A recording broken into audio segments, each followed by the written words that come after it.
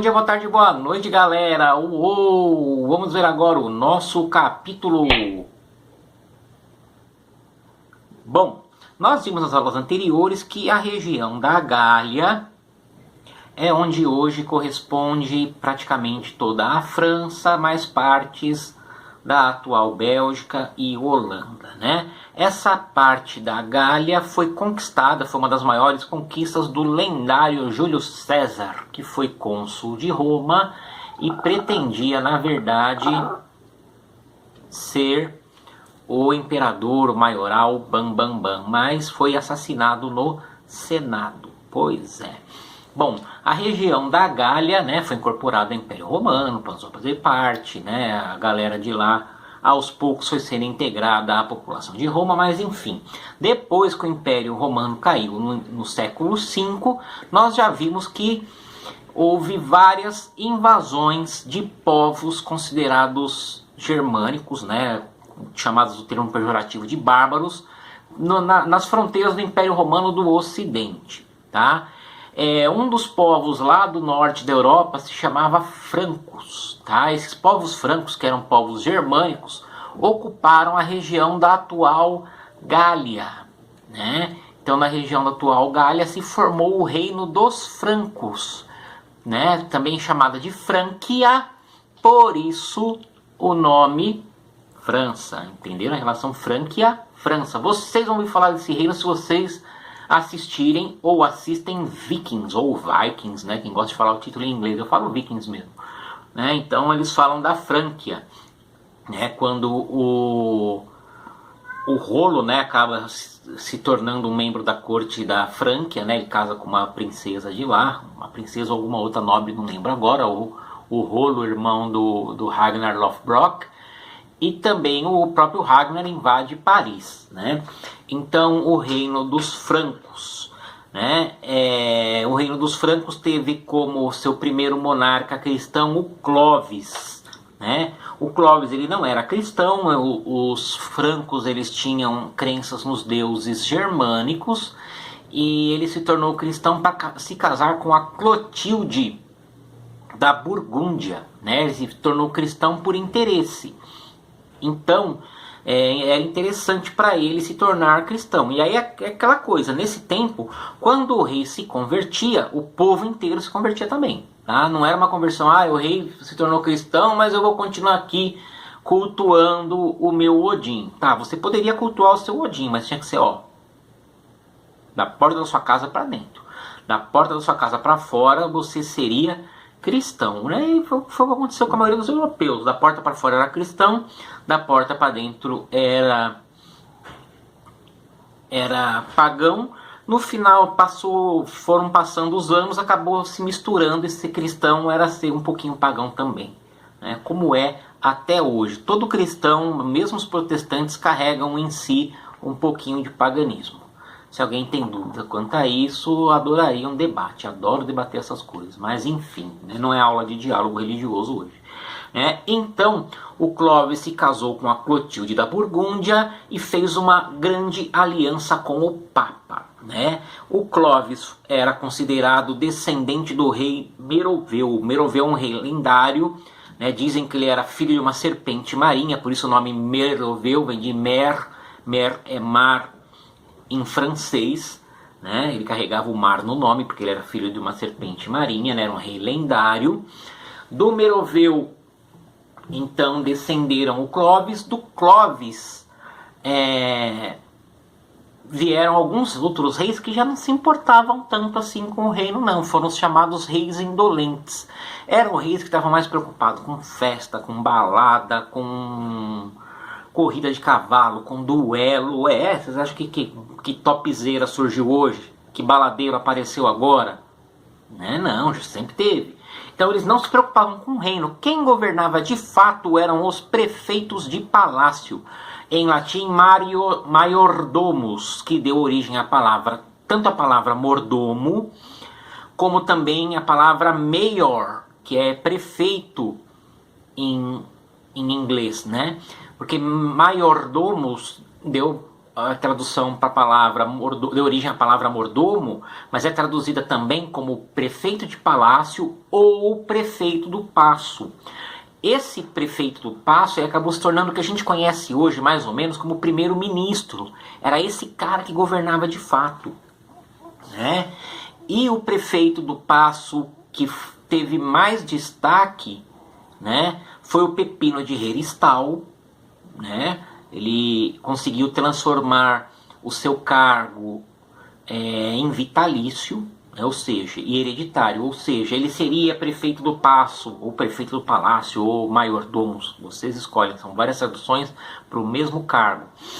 Então ele conseguiria transmitir o cargo para o seu filho e ficaria até a morte.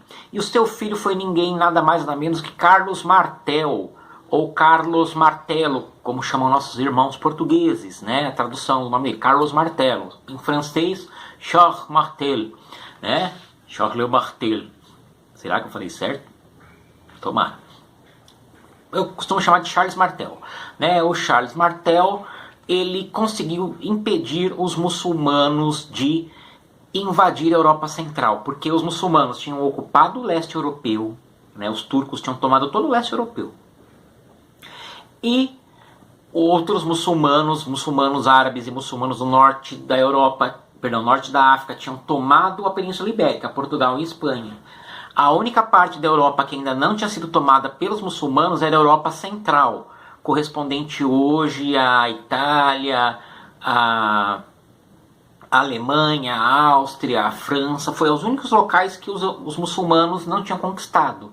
Se o Charles Martel não tivesse derrotado os muçulmanos na Batalha de Poitiers, não existiria a Europa cristã. Muito provavelmente hoje nós seremos muçulmanos, né? Quer dizer, não sei se a história teria acontecido assim, né, Coragem? Mas provavelmente o cristianismo ocidental não teria se desenvolvendo como desenvolveu. Não vou dizer que o cristianismo teria sumido, porque até lá no Oriente Médio, onde era o nervo central do Islã. O Islã surgiu no Oriente Médio entre os árabes. Até hoje ainda existe árabe cristão, né? Os árabes cristãos são do tempo de Jesus, então aí até hoje, mesmo com o surgimento do Islã, com a explosão do Império Islâmico, né? Com islâmicos obrigando pessoas a se converter para sua religião, ainda existem árabes cristãos que vêm desde a época de Jesus. Então provavelmente existiriam ainda hoje cristãos na Europa se o Charles Martel tivesse perdido a Batalha de Poitiers, mas as coisas teriam acontecido diferente, isso com certeza, né? Então, como o Charles Martel venceu os muçulmanos na Batalha de Poitiers, ele foi considerado o salvador do cristianismo. E é lógico que o Papa cobriu ele de honras. O Papa perguntou: você quer ser o rei? Você quer ser o chefe dos francos? E ele não quis, que ele falou: por que eu vou me expor se eu posso governar aqui de boa? Né? Deixa o rei aí para esse carolíngio, né? Que era carolíngio não, para esse merovingio, que era descendente do Clovis, né? Eram descendentes do Meroveu e do Clovis que estavam no trono, né? Só que aí depois do Carlos veio o filho dele mais ambicioso, o Pepino o Breve. Por que o Breve? Porque ele era baixinho. No Shrek, no primeiro, aquele príncipe baixinho que aparece é tirando um barato com o Pepino o Breve, né? O Pepino o Breve perguntou para o Papa se ele poderia tomar o poder. O Papa falou: tá liberado. E aí o Pepino o Breve tomou o poder. Ele tirou do trono Childerico III. Childerico em inglês Childeric, em português Childerico, né? Em inglês parece mais nobre, né? Childeric, em português Childerico, né? E aí o Childerico saiu do trono, acabou a dinastia Merovingia e começou a Carolíngia, né? Por que Carolíngia? Porque o Carlos Magno foi o imperador mais célebre? Não. Por causa do Charles Martel, né? Que Charles é Carlos. Charles é Carlos, Carlo, Charles, né? Esses nomes aí. Karl, em alemão, né? Karl. Então, por isso que é Carolíngia, em homenagem ao Charles Martel, Carlo Martel, né? É que eu falo assim, às vezes cada hora eu falo do nome porque Nos livros portugueses ele está traduzido mesmo, Carlos Martello. Nos livros brasileiros geralmente está Charles Martel. Né? Nos livros em inglês também está Charles Martel. Né? Só que aí eu vejo os vídeos em inglês, tá lá, Charles Martel, aquela pronúncia em inglês. Então minha cabeça dá uma bugadinha de vez em quando. Né? Bom, continuando. Então, o rei mais célebre desse Império Carolíngio, né, vai ser o Carlos Magno. Magno quer dizer grande, né? Carlos o Grande. Por quê? Porque o Carlos foi da igreja, o best dos bestes. Eu acredito que até hoje nunca houve um imperador tão aliado do Papa como Carlos Magno. Pra vocês terem uma ideia, ele foi coroado no Natal. Né? No Natal do ano 800 ele foi coroado o quê? Imperador do Império Romano do Ocidente, um cargo que não existia desde que o Rômulo Augusto foi deposto pelo Odoacro, rei dos Érolos, no ano de 475. E é um cargo mentiroso. O Império Romano do Ocidente não existia mais. O do Oriente, sim. Resistia como Império Bizantino. Resistia ao avanço cada vez maior dos turcos. Mas o Império Carolíngio já não existia. Perdão, o Império Romano do Ocidente já não existia mais. O que existia era o Império Carolíngio, né? Mas para muitos imperadores buscavam a glória antiga de Roma. Né? O próprio Justiniano, lá do Império Bizantino, ele tentou conquistar toda a extensão que existia do antigo Império Romano, porque ele queria ser imperador da Roma integral. O Napoleão depois, muito mais para frente, ele vai querer isso. Ele quer ser o imperador de Roma. O Mussolini, fascista nos anos 1930, ele se vê como um imperador romano. A propaganda dos fascistas evoca muito o passado glorioso de Roma. Então tem muito essa coisa de Roma antiga, o poder que Roma antiga tinha, ela causa assim, um fascínio muito grande nos detentores do poder. Não basta ter o poder, tem que ter o poder como um imperador romano. Né? Então, o Carlos Magno foi lá um célebre imperador carolíngio, né, mas que foi coroado imperador do Império Romano do Ocidente no Natal do ano 800. Né? O Carlos Magno era um cara esperto. Tá? Ele sabia que o império dele era muito grande. O que ele fez? Ele dividiu o território em várias unidades. E aí está a sementinha do feudalismo. Né? A partir daí, dividir a terra em porções menores e dar para outros líderes tomarem conta. Isso é a sementinha do feudalismo, né? Porque o feudalismo é baseado em unidades pequenas de poder, unidades pequenas de comando, tá? Então, a partir daí que vai surgindo... Aliás, o feudalismo já se desenha antes, lá Roma, né? Quando em Roma falta escravo, aí o plebeu se oferece para trabalhar, porque ele precisa se proteger, porque estão acontecendo as invasões dos germânicos, as invasões dos hunos, a invasão dos sarracenos. Então as pessoas começam a fugir das cidades e vão se refugiar nas propriedades rurais. Não tem escravo, as pessoas que saíam das cidades eram livres, se ofereceram como servos em troca de proteção. Então são vários fatores que vão se somando para, enfim, surgir o feudalismo. Mas administrativamente, a sementinha está aí. Carlos Magno dividiu o território entre vários, né, chefes, né, e era de acordo com o tamanho, né, da terra que o nobre recebia o título, tá? Conde, marquês, duque, visconde é aquele que recebe 2 condados, que é vis ou bis, né? Conde, tá? Marquês é aquele que recebia território de fronteira, né? Era um marquês. Eu queria lembrar um outro nome que tem para marquês, mas eu não lembro agora. Não lembro. Se eu lembrar até o finalzinho dessa aula, margrave. Lembrei. Margrave. Yes. Né? Marquês ou margrave é o chefe de fronteira. Geralmente muito requisitado, porque fronteira é lugar de guerra. Né? O que impede um outro povo de avançar no seu território? A guarda da fronteira. Pois é. Então, né, o Carlos Magno, ele também, assim, naquela época, o conhecimento escrito já estava quase que totalmente perdido. Só os padres sabiam ler e escrever. Então, o Carlos Magno fez uma das últimas investidas em educação antes do feudalismo se concretizar, né? Que no feudalismo ninguém sabia ler e escrever, só padre, tá? Então ele fez o renascimento carolíngio, ele investiu em escola, investiu em bibliotecas, né?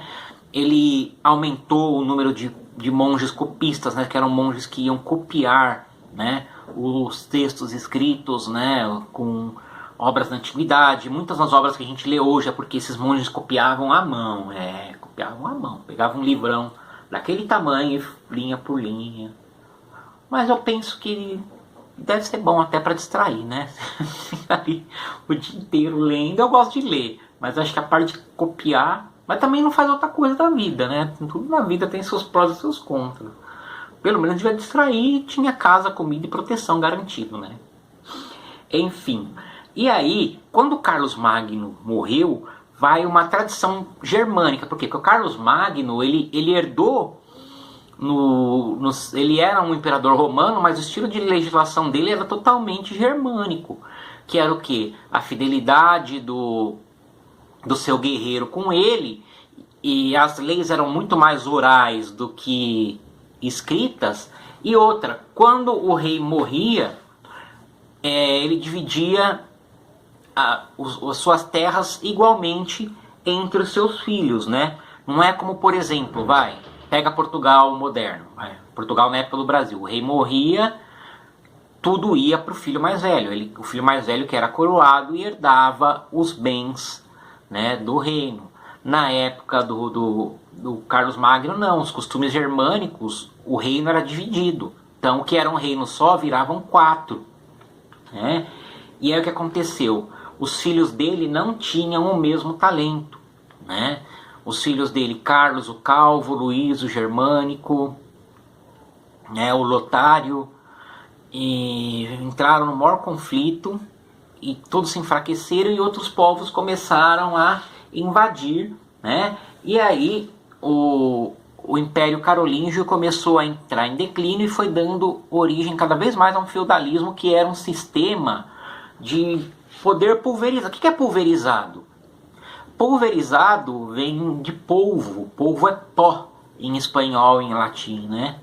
Então pulverizado se tornou pó. Você tá o líquido no spray, você aperta o spray, ele vira um pó, uma gotícula, né? Então o poder era pulverizado, né? No feudalismo era uma gotinha, como eu acabei de falar. A pessoa não tinha como sobreviver, não tinha como se defender. Ela ia para onde? Ela ia para dentro de uma propriedade de um senhor. Ela ia trabalhar o tempo inteiro. Ela ia ter que... quase tudo que ela ganhasse, ela ia ter que dar para o senhor. Mas ela não ia para a rua. E qual que era a vantagem de ir para a rua? Porque na rua era barbárie. Não sei se alguém assiste o Walking Dead, mas no Walking Dead, não sei se vocês assistem, tem as comunidades. Quem não está dentro das comunidades não sobrevive do lado de fora, porque do lado de fora só tem os zumbis, né? Então as pessoas têm que viver dentro das comunidades. Na Idade Média, assim, quem não morasse dentro atrás das muralhas, estava sujeito a ser saqueado de forma brutal e, sei lá, ver seus filhos ser queimados na sua frente e depois você ser picado em pedaços. Só brutalidade, sério. A coisa era horrível. A humanidade, eu não sei, às vezes eu acho que a humanidade evoluiu em alguns aspectos, né? Então era só brutalidade. Então as pessoas preferiam viver quase como um escravo, mas não viver do lado de fora do feudo, né? Como eu estava falando, no finalzinho de Roma, faltou escravo porque Roma não tinha mais guerra para ter escravo, né? Então o senhor não tinha escravo para trabalhar e as pessoas comuns não tinham sustento. As pessoas comuns se ofereceram para tomar o lugar do escravo. Ela não seria escravo na teoria, né? Porque escravo não era considerado gente, escravo era considerado coisa. Mas na prática, essa pessoa trabalharia como um escravo, né? A vida do servo camponês, né? O camponês é a base. Se nós, vocês, nós vivêssemos na Idade Média, muito provavelmente nós seríamos camponeses. Quase todo mundo era camponês e quase todo mundo era servo, né? O normal era ser servo. Qual que é o normal da gente hoje? Mundo, tá? Não falando Brasil, mundo. O normal do mundo 2020 é a gente ser assalariado.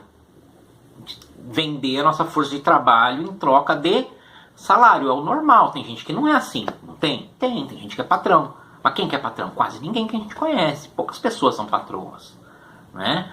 E se são de pequenos negócios em que a pessoa é praticamente empregado dela mesma, né? Ou vocês conhecem o dono do Pão de Açúcar, ou vocês conhecem o dono da Sony, coisa de nome, né? Então, a sociedade que vai se formar agora é a sociedade do feudalismo, e é uma sociedade que tem uma direção, dada por quem? Igreja Católica, né?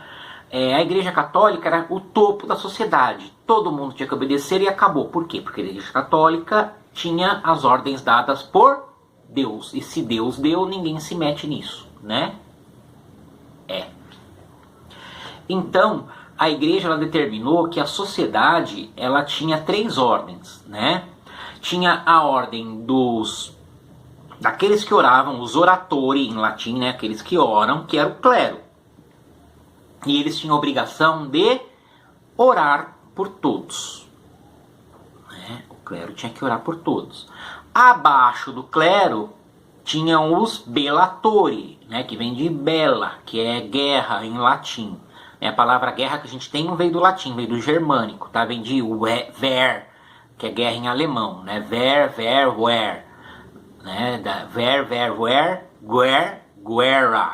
guerra, guerra em espanhol, né? A nossa palavra guerra não vem do latim. Latim é bella, bellatori, bellatio, né? Então, indústria bélica, né?